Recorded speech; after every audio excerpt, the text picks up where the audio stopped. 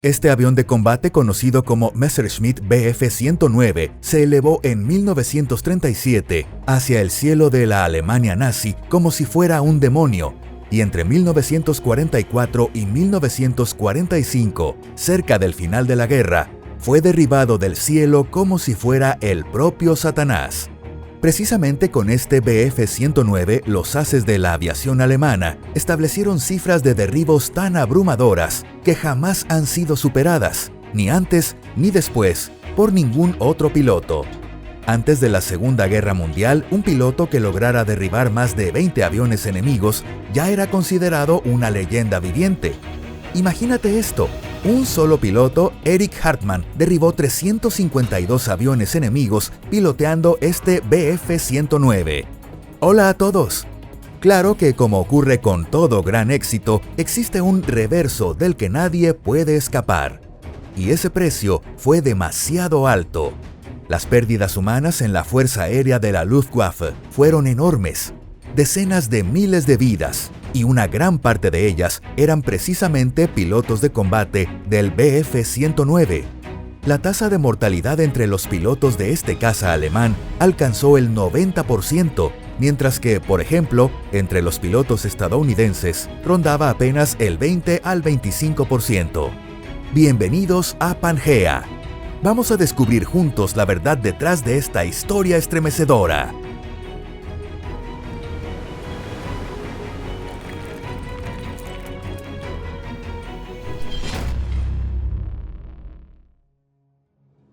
Historia del desarrollo. El Bf-109 fue diseñado en la década de 1930 por el ingeniero aeronáutico alemán Willy Messerschmitt. En aquella época, la Alemania nazi estaba construyendo paso a paso una maquinaria de guerra destinada a expandir su territorio, con el fin de hacer prosperar la raza aria de cabello rubio idealizada por Hitler. Los generales nazis entendieron correctamente que sin dominio del cielo no hay victoria en la guerra, y fue el Bf-109 el que se eligió como el caza principal de la Fuerza Aérea Alemana, la Luftwaffe. Al hablar de la Luftwaffe, es imposible no mencionar la figura de Hermann Göring. Göring, un fiel colaborador de Hitler y la Luftwaffe, estaban ligados de forma inseparable en la historia de la aviación militar del Tercer Reich. De hecho, puede decirse que la influencia de Göring, su obsesión y sus múltiples errores de juicio determinaron tanto la superioridad inicial de la Luftwaffe al comienzo del conflicto como su derrota al final de la guerra.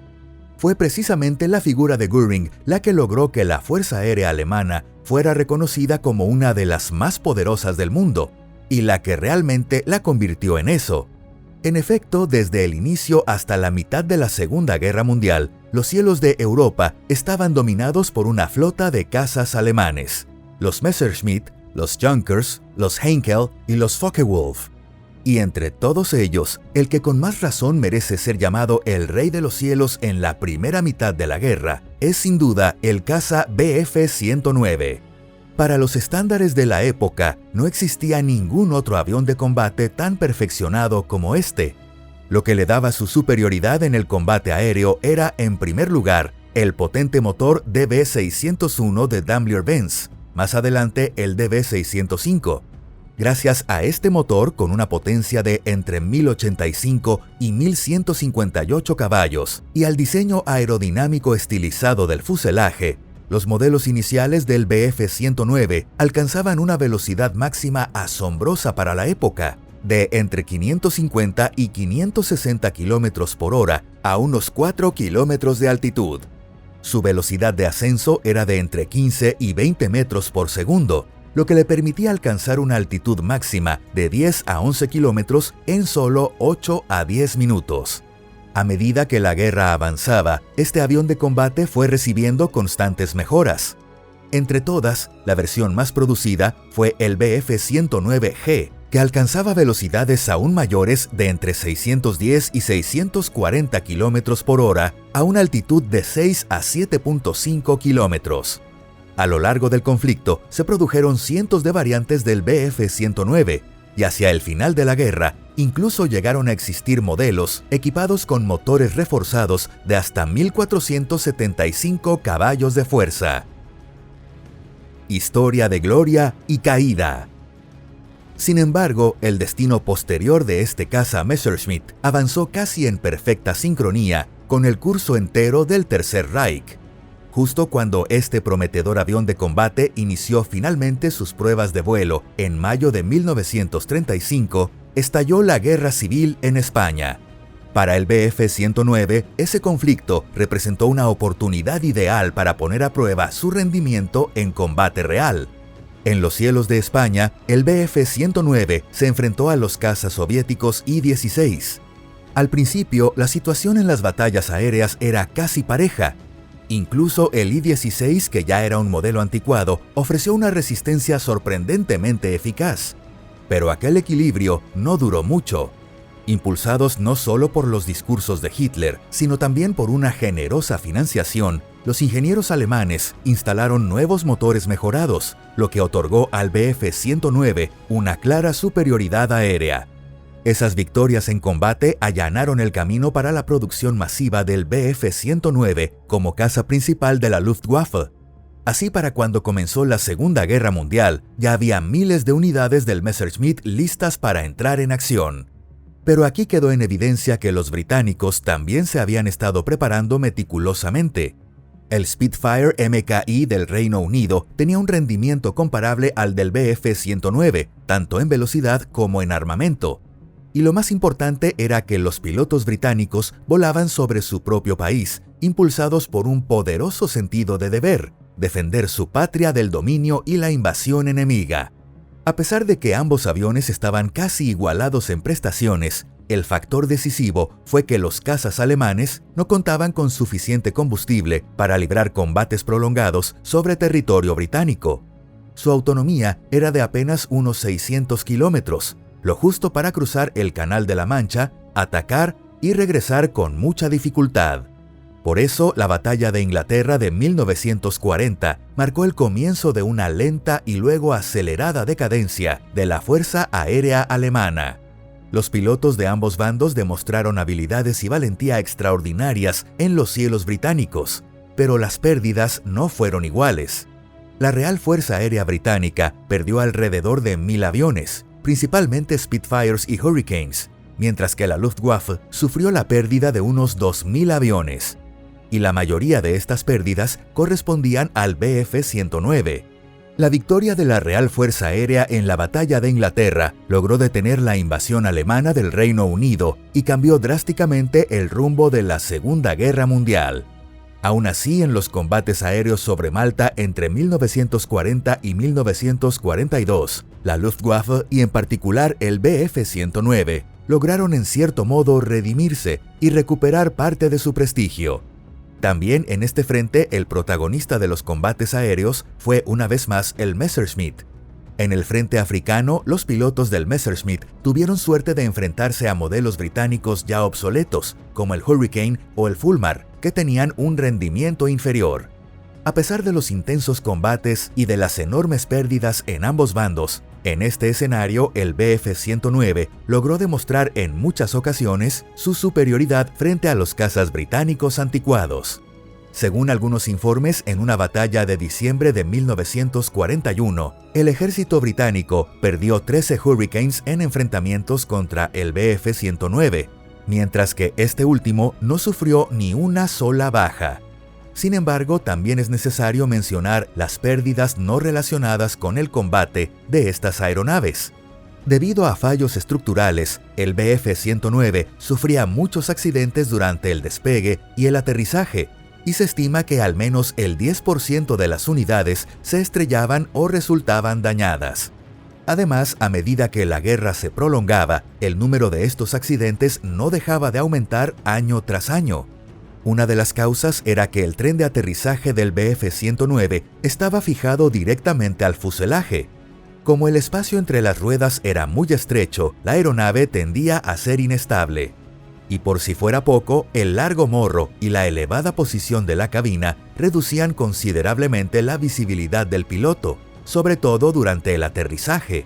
Mientras eran los pilotos expertos quienes lo pilotaban, estos defectos no representaban un gran problema.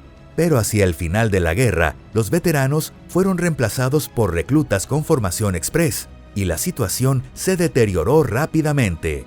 La última vez que el Bf-109 logró una superioridad aérea total fue al inicio de la guerra contra la Unión Soviética. Frente a este caza ya muy perfeccionado, los soviéticos lanzaron modelos anticuados como el I-16 o nuevos diseños aún inmaduros como el Yak y el Lag.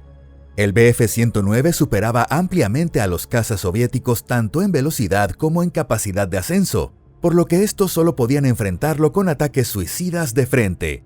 Sin embargo, a partir de 1943, la situación en el frente oriental comenzó a cambiar. Los nuevos modelos soviéticos como el Yak-7, el Yak-9 y el La-5 tenían un rendimiento comparable o incluso superior al del Bf-109, y poco a poco comenzaron a superarlo. Mientras los diseños soviéticos se volvían cada vez más refinados, los defectos estructurales del Bf-109 se hacían aún más evidentes en aeródromos mal acondicionados.